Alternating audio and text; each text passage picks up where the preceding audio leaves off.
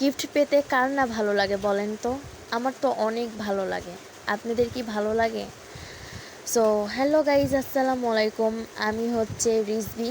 তো আজকে ছোট্ট একটা মেলার মধ্যে ঘুরতে চলে আসলাম ফ্যামিলির সবার সাথে।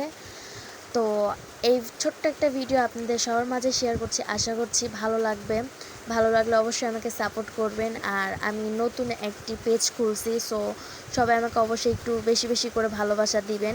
আমি আশা করছি আপনারা আমাকে ভালোবাসা দিবেন এবং আমার কাছ থেকেও ভালোবাসা জিতে নেবেন। সো বেশি কথা বলবো না, এখন আপনাদের কিছু কসমেটিক দেখাবো খুব রিজনেবল প্রাইসে। মাত্র 30 থেকে 40 টাকার মধ্যে এগুলো ইয়াররিংগুলো আছে। সো আপনারা যারা নিতে চান তারা অবশ্যই, আমি একটা লোকেশন বলবো, এই লোকেশনের মধ্যে আসলে আপনারা এই মেলাটা পাবেন। এটা কিছু সময় অফ থাকে, বাট অল টাইম এই মেলাটা খোলাই থাকে। এটা ঠিকানা হচ্ছে রাজশাহী মুক্ত মঞ্চ, পদ্মার পাড়ে এই এই মেলাটি বসে থাকে।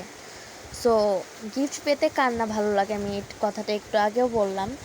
গিফট পেতে আমার অনেক ভালো লাগে। তো আপনাদের যদি কোনো প্রিয় মানুষ থাকে তাকে অবশ্যই ভিডিওটি মেনশন দিবেন আর এই ঠিকানায় অবশ্যই আসবেন। যদি রাজশাহীর মধ্যে হয়ে থাকেন তাহলে অবশ্যই একবার হলেও যাবেন। আর প্রিয় মানুষকে গিফট করলে আপনি নিজেও ভালো থাকবেন এবং প্রিয় মানুষও আপনাকে বেশি বেশি করে ভালোবাসা দিবে। সো আমি কখনো গিফট পাই নাই, কারণ আমার কোনো প্রিয় মানুষ নাই।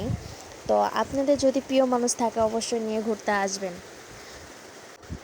আগে যখন খুব ছোট ছিলাম তখন আমার ভাইয়া, তারপর আমার ফ্যামিলির অনেকেই আমাকে অনেক কিছু গিফট করতো, বাট এখন বড় হয়েছি, এখন বোঝা শিখছি, এখন কেউ গিফট করে না। কার কার সাথে এরকম ঘটনাগুলো ঘটে অবশ্যই আমাকে কমেন্ট করবেন।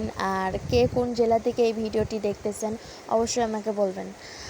আর কি বলবো, আর কিছু বলার মতো আমি খুঁজে পাচ্ছি না।